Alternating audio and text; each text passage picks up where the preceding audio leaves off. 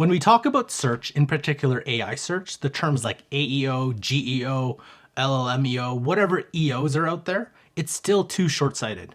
We're missing the real revolution. My name is Carl Ye, and I'm the Chief AI Officer with 0to60.ai. My goal is to help you get the real business benefits of artificial intelligence through strategy, education, and implementation. Search isn't just evolving, there is a replacement happening, but we're still looking at it from the old marketing and business lenses. Here's why our view is still too narrow. First, even if you show up as a source or rank on a large language model, the number of people clicking back to your website is significantly smaller than the golden age of Google. Listen to this from the CEO of Cloudflare. Back 10 years ago, if you did a search on Google, you got back a list of 10 blue links that for every 2 pages of a website that Google scraped, they would send you 1 visitor. And that was the trade. Over that period of time, over the 10 years, some things have changed at Google. One thing that hasn't changed is the crawl rate. They're still scraping at the exact same rate that they have over that period of time.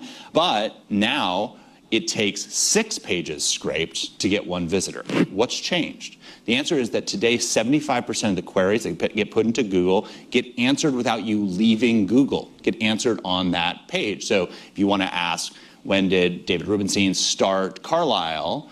Well, it's about 10 years ago, it would take you to maybe a Wikipedia page or something else. Today, the answer comes up right on the page, and you don't have to go anywhere else. The consequence of that means that original content creators that are creating that content, if they were deriving value through selling subscriptions or putting up ads, or just the ego of knowing that someone is reading your stuff, that's gone. Right?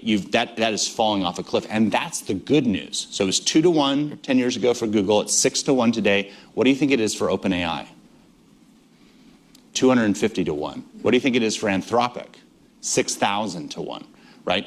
And so the business model of the web can't survive unless there's some change. We're in the classic case of Lumiere's law. We judge and use new technology through the lens of existing or older ones. We misunderstand and underestimate this new tech's unique potential. Early TV was seen as radio with pictures. The Shadow, Gangbusters, if you know, you know. The first cars were called horseless carriages, and early websites were designed as magazine pages. But what should really be on everyone's radar is what's on the horizon. The foundations are being laid out right in front of us, and that's AI agents doing the search. And in many cases, they're much better searchers than we are. First, Gemini, ChatGPT, Grok, all have AI deep research capabilities. They visit hundreds of sites, social sites, and come back with information and create reports. Tools like Manus, GenSpark, Flowith, and many more are doing the same thing with even more capabilities. Not only can they search, but they can get things done usually faster than humans can. Next, Visa and MasterCard enabled AI agent capabilities to allow your agent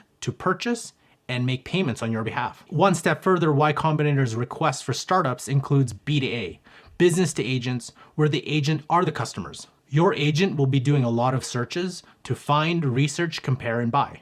That's much different than us going to Google or even going to ChatGPT, Gemini, Claude, or whatever large language model you prefer to do searches. AEO, GEO, LLMEO doesn't really matter when these agents are visiting hundreds of sites, not just the top 10 or the top 20, or a very narrow set of sites based on the parameters you give it. They also aren't subject to ads, gated content, or anything else that interrupts that search process. This is where businesses should be thinking on how their companies will be found, rather than trying to rank or be a source on a large language model where people won't even click. Has your business started planning or even thinking about how to serve AI agents in addition to people?